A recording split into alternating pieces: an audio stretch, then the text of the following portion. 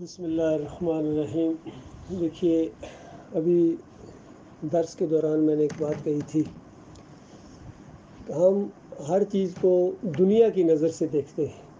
اور ان سارے معاملات کو اللہ تعالیٰ آخرت کی نظر سے دیکھتا ہے۔ بڑا اہم نقطہ ہے۔ مثال کے طور پر جس طرح ہمارے یہ بھائی اسلام صاحب کے بھتیجے یہاں آئے ہیں، ہم اس کو ایک دنیا کی نظر سے دیکھ رہے ہیں کہ دیکھو یہاں آئے، ہو سکتا ہے کوئی اچھی جاب مل جائے، کچھ تھوڑا سا معاملہ ہو جائے، تھوڑے سے حالات ٹھیک ہو جائے۔ ہمارے علیق صاحب ہیں، یہ بھی اپنے کسی عزیز کو بلا رہے ہیں، دنیا کی نظر سے دیکھ رہے ہیں، لیکن اللہ تعالیٰ انہی چیزوں کو آخرت کی نگاہ سے دیکھتا ہے۔ اللہ تعالیٰ جو آپ کو وہاں سے انڈیا سے یہاں لے کے آیا ہے، یہ ایک بڑے منصوبے کے تحت لایا ہے۔ کوئی چیز وہاں یہاں اتفاقی نہیں ہوتی ہے، پلاننگ سے ہوتی ہے، اللہ کی رحمت و شفقت کی وجہ سے ہوتی ہے۔ اللہ تعالیٰ سب کو موقع دیتا ہے تاکہ آپ اپنی آنکھوں سے آگے دیکھیں کہ یہ دنیا بھی ہے۔ یعنی باہر نکلنے کا یہ فائدہ ہوتا ہے کہ انسان کا ویژن کھلتا ہے، دنیا کو دیکھتا ہے۔ اور بے شمار یہ جو سائیکالوجسٹ ڈاکٹر ہوتے ہیں، کتنی بیماریوں کا یہ علاج ہے، جن کو ایسی ایسی بیماریاں ہیں، نفسیاتی بیماریاں جسے کہتے ہیں، تو اس علاج میں سے ایک علاج یہ ہے کہ ڈاکٹر کہتے ہیں کہ ذرا باہر نکلو اس دنیا سے، سیر کرو آگے پیچھے، دوسرے شہر میں جاؤ، نئی نئی چیزیں آپ دیکھو گے، پہاڑوں کو دیکھو گے، سمندروں کو دیکھو گے، دریاؤں کو دیکھو گے، درختوں کو دیکھو گے، نئے نئے لوگوں کو دیکھو گے، آپ کی وہ بیماری دور ہوگی۔ یعنی جتنی استطاعت ہے آپ کو، اگر زیادہ دور جانے کی استطاعت نہیں ہے تو اپنے قریبی کسی دوسرے شہر میں گھوم کے چکر لگا کے آ جاؤ، کسی علاقے میں چلے جاؤ، کسی دیہات میں چلے جاؤ، آگے پیچھے گھومو پھرو، دیکھنا آپ کو کتنا مزہ آئے گا، کتنی اللہ کی آپ نشانیاں دیکھیں گے۔ اور اگر اللہ تھوڑا سا اور وسعت دے دے تو بندے کو ذرا دنیا دیکھنی چاہیے، دوسرے ملک میں نکل جاؤ، آگے پیچھے دوسری قوموں کو دیکھو، آپ کو یقین کیجیے بڑے تجربات ملیں گے۔ اور اللہ تعالیٰ یہ ماحول پیدا کرتا ہے آخرت کے نقطۂ نظر سے۔ ہم اس کو دنیاوی نقطۂ نظر سے کرتے ہیں، لیکن اللہ تعالیٰ ان کو آخرت کے نقطۂ نظر سے دیکھ رہا ہوتا ہے۔ میں کئی دفعہ اپنے بھائیوں کو بتاتا ہوں کہ اپنے ملک میں جب واپس گئے، اگر کسی نے کہا کیا کما کے لائے ہو، تو اس کو توحید کی دعوت دینا، شرک کی پہچان کرانا، اور کہنا میں یہ کما کے لایا ہوں۔ اور قرآن کے اندر اللہ تعالیٰ کہتا ہے اس دین کے حوالے سے، ایمان کے حوالے سے، کہ مسلمانوں تم یہ نہیں، میں مفہوم بیان کر رہا ہوں، تم یہ جو کام کر رہے ہو نا، یہ اس ساری چیزوں سے بہتر ہے جو یہ دوسرے اکٹھے کر رہے ہیں، مال اکٹھے کر رہے ہیں، پیسہ اکٹھا کر رہے ہیں، محنتیں کر رہے ہیں، اس سے یہ اچھا ہے۔ نبی علیہ السلام نے ایک موقع پر فرمایا تم میں سے کوئی اتنی طاقت نہیں رکھتا کہ قریب ایک منڈی کا نام لیا ہے جہاں وہ جانوروں کی منڈی ہوتی تھی مکہ کے اندر یا مدینہ کے اندر، کہ وہاں جائے اور 2 ایسی اونٹنیاں خرید کے لائے، اور یعنی بغیر کسی کو نقصان پہنچائے، بغیر کسی کا زیادتی کیے، اور ان کو اللہ کے ساتھ یعنی اللہ کے راستے میں خرچ کر دے اور صدقہ دے دے۔ تم میں سے کسی کو یہ بھی دل نہیں کرتا ہے؟ تو صحابہ نے کہا یا رسول اللہ دل تو ضرور کرتا ہے، لیکن ہے ذرا کام مشکل، اتنا آسان تو نہیں ہے۔ تو نبی علیہ السلام نے کہا کہ اگر تم مسجد میں آؤ اور 2 آیتیں یاد کرو قرآن کی، یا 2 آیتیں کسی کو سکھاؤ، تو یہ 2 اونٹنیوں سے زیادہ بہتر ہے جو کسی نے اللہ کے راستے میں خرچ کر دی۔ اور جو 3 کرے گا وہ 3 سے بہتر ہے، جو کم کرے گا اس سے زیادہ بہتر ہے۔ تو یہ معاملہ ہے دین کا، کہ اللہ تعالیٰ اصل میں معاملہ یقین کا ہے۔ اللہ تعالیٰ آپ کو یہاں لایا، میں بات یہ کر رہا تھا، یہ ماحول اللہ تعالیٰ آپ کو ایک دفعہ دکھائے گا، یہ بڑی بڑی مساجد، بڑے بڑے قالین بچھے ہوئے، ایئر کنڈیشن روم لگے ہوئے، اور خوشبو جیسا اندر جاؤ خوشبو معطر ہو جاتا ہے انسان، ایسی خوشبوئیں اندر انہوں نے لگائی۔ تو ان سب کو چھوڑ کے یہاں ہم فلیٹ کے اندر یہ جمعہ پڑھ رہے ہیں، یہاں بیٹھے درس دے رہے ہیں، کیا آخر اختلاف کیا ہے، وجہ کیا ہے؟ تو یقین کرو میرے پیارے بھائیوں، وجہ صرف کلمہ ہے۔ یہ چند الفاظ ہیں، چند حرف بنیں گے، لا الہ الا اللہ محمد رسول اللہ، اگر حرف گنے تو انگلیوں پر گننے والے ہیں، لیکن یہ اتنی بڑی بات ہے، اتنا بھاری کلمہ ہے کہ اس کو پڑھنے کے بعد سوچ کے جو بندہ اس کو پڑھتا ہے نا، تو پڑھنے کے بعد وہ بندہ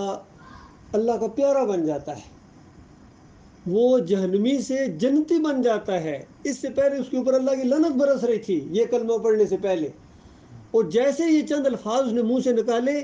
تو اللہ کی رحمت اور شفقت کی بارش اس کے اوپر ہونا شروع ہو گئی۔ یہ آخر ہے کیا؟ یہ سوچ کے پڑھنے والا کلمہ ہے، یہ کوئی الفاظ نہیں ہے کہ بس منہ سے الفاظ نکلے اور یہ ایسا ہو جائے گا، ایسا نہیں ہوتا ہے۔ اس کی مثال ایسے ہے کہ آپ جتنے مرضی پیاسے ہیں، آپ کروڑ مرتبہ کہیں پانی پانی پانی، میٹھا پانی، شربت، آپ کی پیاس نہیں بجھے گی۔ ہاں ایک گھونٹ پی لیں گے تو پیاس بجھ جائے گی۔ اسی طرح سخت سردی لگی ہوئی ہے، آپ کے روئی، لاف، کمفرٹر، کمبل کہتے رہے، جو مرضی منہ سے نکالیں، سردی بڑھتی جائے گی۔ جیسا کمبل اوپر اوڑھیں گے تو وہ چیز حاصل ہوگی جو آپ چاہ رہے ہیں۔ اسی طرح یہ کلمہ ہے، آپ 1000 کروڑ مرتبہ کہتے رہے لا الہ الا اللہ محمد رسول اللہ، لا الہ الا اللہ محمد رسول اللہ، اگر آپ کو اس کا معنی نہیں آتا ہے تو وہ آپ کو فائدہ نہیں پہنچائے گا۔ یہ سوچو کیا میں کہہ رہا ہوں۔ اس کی پھر ایک مثال میں دیتا ہوں۔ نبی علیہ السلام نے فرمایا یہ یہود و نصارہ ہیں، یہ بے شک کہیں لا الہ الا اللہ محمد رسول اللہ، جنت نہیں جا سکتے ہیں جب تک یہ نہ کہیں کہ عیسیٰ علیہ السلام اللہ کے بیٹے نہیں ہیں، وہ تو بندے اور رسول ہیں۔ یہ بھی سوچ کے کہیں، یہ نہیں کہ وہ عقیدہ بھی ادھر ہی قائم ہے، لا الہ الا اللہ محمد رسول اللہ پڑھ لیا جی مسلمان ہو گئے جی۔ اب نبی علیہ السلام نے چونکہ فرمایا جو لا الہ الا اللہ محمد رسول اللہ پڑھے گا وہ جنت میں جائے گا۔ اب دیکھیے بات اپنی جگہ سچی ہے، لیکن نبی علیہ السلام کے کہنے کا مقصد ہے یہ سوچ کے پڑھے گا۔ اس لیے امام بخاری لائے ہیں اقرار باللسان و تصدیق بالقلب۔ ایک منہ زبان اقرار جب کرے تو قلب بھی جان رہا ہو کہ کیا میں کہہ رہا ہوں، تصدیق جب تک دل اس کی تصدیق نہیں کرے گا کام نہیں دے گا یہ کلمہ۔ تو لا الہ، کوئی الہ نہیں ہے، یہ ایک بہت بڑا کنٹریکٹ ہے جو اللہ کے ساتھ آپ کرتے ہیں۔ آپ سارے معبودوں کا انکار کر دیتے ہیں، جو زمین کے اوپر جو بھی پوجے جا رہے ہیں سب کے اوپر ایسے لا جاڑو پھیر دیتے ہیں، اس کے اوپر لا کی تلوار چلا دیتے ہیں۔ آپ کہتے ہیں شوری لا، یہ سب بکواس ہے جو کر رہے ہیں، کوئی مورتی کے سامنے جھک رہا ہے، کوئی قبر کے سامنے جھک رہا ہے، کوئی مزار کے سامنے جھک رہا ہے، کوئی پیر صاحب کی پنڈلیاں دبا رہا ہے، کوئی واسطے وسیلے، کوئی رکوع اور سجدے، کوئی مشرکانہ نظام، جتنے بھی اسلام کے علاوہ جتنے نظام ہیں سارے شیطانی نظام ہیں۔ اور اللہ تعالیٰ قیامت کے دن اس اسلام کے علاوہ کوئی دین قبول نہیں کرے گا اللہ تعالیٰ۔ اور جہاں فرقے ہیں وہاں اسلام کوئی نہیں ہے، اور جہاں اسلام ہے وہاں فرقے ختم، کیونکہ ایک ہی جب لا الہ الا اللہ آئے گا شرک کا خاتمہ ہو جائے گا، اور اگر شرک کا خاتمہ نہیں ہوتا ہے تو لا الہ الا اللہ آپ کے دل میں آئے گا ہی نہیں۔ یہ ایسا غیرتی کلمہ ہے، اللہ غیور رب ہے، یہ اس دل میں آتا ہی نہیں ہے جس میں کسی اور کی محبت ہو، کسی اور کی بندگی ہو، یہ اس دل میں نہیں آتا ہے۔ اور اگر جیسے لاؤ گے یہ نکل جائے گا، یہ غیرتی ہے۔ باقی جو جس طرح پارٹنر ہوتے ہیں آپس میں بانٹ لیں گے، اللہ تعالیٰ حدیث میں آتا ہے اللہ ایسا غیور ہے کہ اگر ساری بندگی آپ اللہ کے لیے کریں، تھوڑی سی بندگی کسی اور کے لیے کریں، اللہ کہتا ہے جو میری کی ہے نا وہ بھی اسی کے کھاتے میں، میں میری کوئی اسی کی ہے، اتنا غیور ہے وہ، برداشت ہی نہیں کرتا ہے۔ تو یہاں آپ کو یہ چیز ملے گی کہ ہم ان دوسرے لوگوں سے جو علیحدہ ہوئے ہیں کلمے کی بنیاد کے اوپر ہوئے ہیں، کیونکہ انہوں نے اللہ کے علاوہ اور معبود بنائے ہوئے ہیں، اوروں کی بات مانتے ہیں، اللہ کے مقابلے میں مانتے ہیں۔ اللہ کی کتاب کہتی ہے سارے انسان آدم علیہ السلام کی اولاد ہیں، بشر انسان ہے۔ ان میں سے کتنے کہتے ہیں نہیں بھائی یہ تو نور کا ٹکڑا ہے، کوئی کہتے ہیں انبیاء اللہ کے بیٹے ہیں، کوئی کہتے ہیں یہ جناب ان کے وسیلے سے دنیا بنی ہے۔ یہ سارے کہیں نہ کہیں شرک کے ساتھ لگے ہوئے ہیں۔ 28 آیتیں ہیں قرآن کی کہ دیکھو وَلَا تَشْتَرُوا بِآيَاتِي ثَمَنًا قَلِيلًا، میری آیات کے اوپر یہ قلیلہ، یہ حقیر معاوضہ نہ لینا۔ اور دوسری جگہ بتایا پوری دنیا بھی لے لو، متاع دنیا قلیل، یہ پوری دنیا قلیل ہے، پوری دنیا کا معاوضہ لے لو گے اس دین کے بدلے میں تو آپ نے خسارے کا سودا کیا۔ آج نماز پڑھانے کے یہ پیسے لیتے ہیں، اذان دینے کے یہ پیسے لیتے ہیں، پورا دین ان کا ایک کاروباری سسٹم کے اندر جکڑا ہوا ہے۔ یہ وہ دین نہیں ہے جو محمد صلی اللہ علیہ وسلم نے پیش کیا تھا یا اس کو قبول کیا تھا یا اس کو پھیلایا تھا۔ باقی لا الہ الا اللہ محمد رسول اللہ سارے پڑھ رہے ہیں، انڈیا والے بھی پڑھ رہے ہیں، پاکستان والے بھی پڑھ رہے ہیں، بنگلہ دیش والے بھی پڑھ رہے ہیں، یہاں بحرین والے بھی پڑھ رہے ہیں، سارے پڑھ رہے ہیں، سعودی عرب والے بھی پڑھ رہے ہیں، امریکہ والے بھی پڑھ رہے ہیں، سب کہتے ہیں لا الہ الا اللہ محمد رسول اللہ۔ ٹھیک ہے جی، تو پھر اتنے جھگڑے کیوں ہوئے؟ پھر ذلت اور خواری کیوں ہے ان مسلمانوں کی؟ اور اللہ کہہ رہا ہے وَأَنْتُمُ الْأَعْلَوْنَ إِن كُنتُم مُؤْمِنِينَ، اگر تم مومن بن جاؤ تم سربلند رہو گے، تم عزت دار رہو گے۔ تو بتاؤ اللہ کی بات جھوٹی ہے؟ یہ عزت دار ہیں، ان کے سر بلند ہیں، ذلت اور خواری ان کے ساتھ چمٹی ہوئی ہے۔ جو سورہ بقرہ کے اندر بنی اسرائیل کے لیے، یہود و نصارہ کے لیے کہا تھا اللہ نے کہ یہ کچھ کتاب کے حصے کو مانتے ہیں کچھ کو نہیں مانتے، اللہ کے ساتھ شریک آتے ہیں، دنیا میں ذلت ان کے ساتھ چمٹا دی گئی۔ کیا بالکل وہی چیز ہے جن مسلمانوں کے ساتھ چمٹی ہوئی یا نہیں چمٹی ہوئی؟ کیونکہ وہی کام کر رہے ہیں جو یہود و نصارہ کرتے تھے۔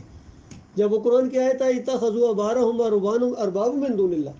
انہوں نے اپنے احبار اور رہبان کو اللہ کے علاوہ الہ بنا لیا ہے۔ تو ایک صحابی نے پوچھا یار، وہ اہل کتاب میں سے آئے تھے، انہوں نے ادیب ناتن تھے، ان کا یا رسول اللہ ہم نے اپنے علماء اور مشائخوں کو بھی رب نہیں کہا ہے، اور اللہ کہہ رہا ہے رب کہہ رہا ہے، اللہ کی بات جھوٹی نہیں ہے، اس کا کیا مطلب ہے؟ تو نبی علیہ السلام نے کہا کہ دی جب تمہارے ہاں جو اللہ کی کتاب تھی تورات یا انجیل، اللہ کسی چیز کو حلال کہتا تمہارے علماء حرام کہتے، اللہ کسی چیز کو حرام کہتا تمہارے علماء اس کو حلال کہہ دیتے، تو کبھی کتاب میں دیکھا تھا؟ ان کا کتاب میں تو کبھی نہیں دیکھا تھا، علماء کا فتویٰ چلتا تھا۔ تو نبی علیہ السلام نے فرمایا یہی رب ماننا ہے، یہ اللہ کہہ رہا جو رب ماننا ہے، انہوں رب بنا لیا ہے۔ آج پوری طرح یہ بات جو ہے یہ ان مسلمانوں کے اوپر فٹ آ گئی، ان کے علماء جو کچھ ان کو کہتے ہیں 11ویں جی حلال ہے جی، کھاؤ کھاؤ عقل کھاؤ کھاؤ، ساری عوام کھا رہی ہے، غیر اللہ کی نظر و نیاز کھا رہی ہے، نہیں دیکھتے قرآن میں 4 جگہ حرام کرا دیا گیا اسے، یہ تو قرآن ہے، قرآن میں اللہ کہتا ہے کل نبی ہے کہو، اس دور میں لاؤڈ اسپیکر ہوتا تو لاؤڈ اسپیکر پر نبی علیہ السلام کہتے ہیں لا املک لنفسی نفعا ولا ضرا الا ما شاء اللہ، میں اپنی جان کے لیے بھی نفع نقصان کا مالک نہیں ہوں۔ کتنا کھول، اللہ نے ذرا برابر کوئی چیز نہیں چھوڑی، اور اس کے علاوہ کس طرح بتایا جائے بتاؤ میرے پیارے بھائی؟ خود نبی علیہ السلام بتا کے گئے میری بیٹی فاطمہ کل تمہیں اللہ سے میں نہیں بچا سکوں گا، تمہاری ایمان عقیدے میں نہیں خرابی ہوئی، آج لے لو دنیا میں جو کچھ، کل میں قیامت کے دن اللہ کے یہاں محمد رسول اللہ تمہارے کسی کام نہیں آ سکتے ہیں۔ اللہ کے بندوں بتاؤ اس سے بعد کیا چیز رہ جاتی؟ کس طرح سمجھایا جائے انسانوں کو، کس طرح سمجھایا جائے؟ یہ آخری سے بھی آخری حجت تھی، بیٹی کو کہہ رہے ہیں، پیاری بیٹی کو، اور اس بیٹی کو جو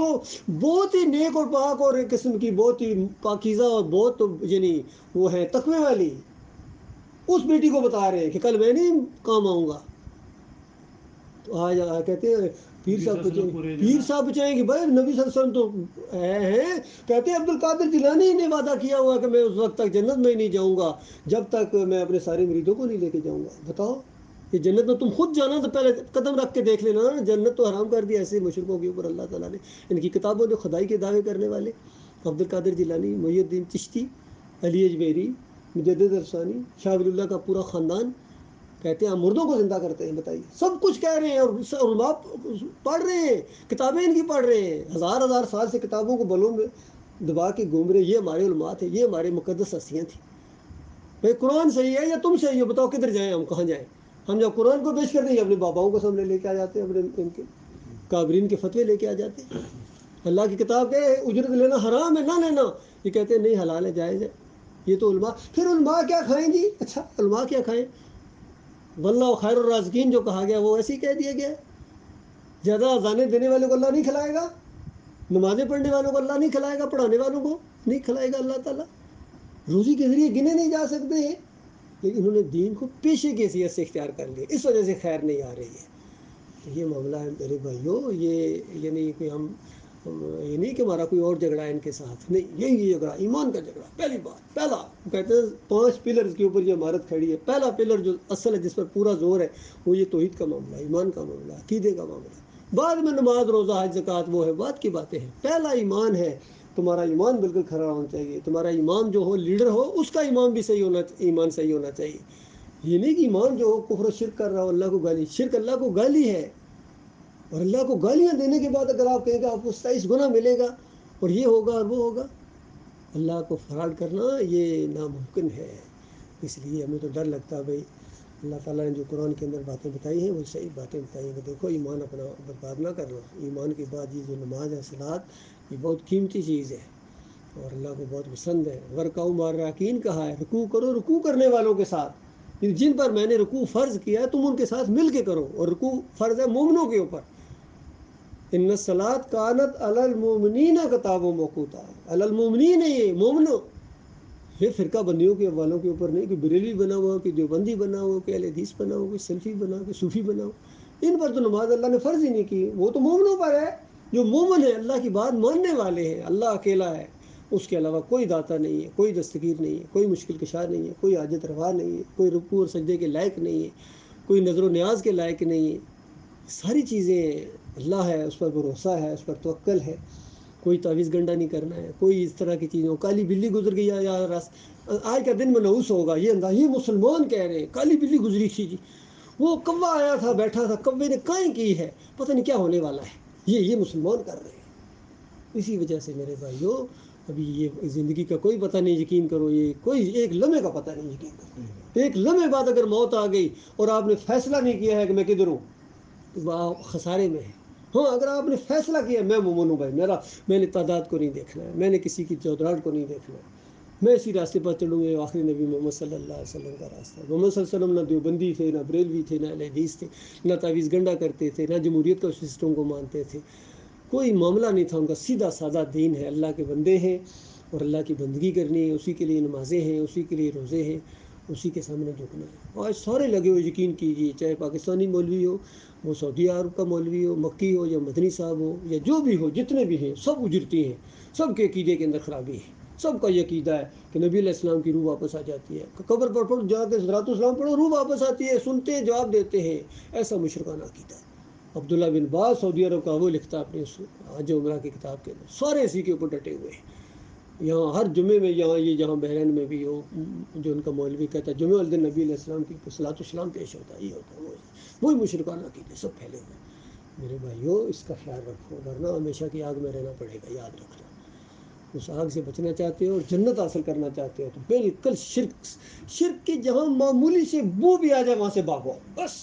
ذرا برابر شرک کے ساتھ آپ کا کوئی تعلق نہیں، کے ساتھ کوئی ان کو امام کیا بنانا، یہ مقتدی بنانے کے لائق نہیں، یقین کیجیے۔ اگر سر یہ مشرک پیچھے ہوں تو ان کی نماز پڑھانے کو دل نہیں کرتا، یقین کریں، یہ ایسے شرک غلیظ عقیدے ہیں ان کے، جب تک کوئی ایک مومن پیچھے نہ ہو۔ اللہ تعالیٰ غور و فکر کرنے کی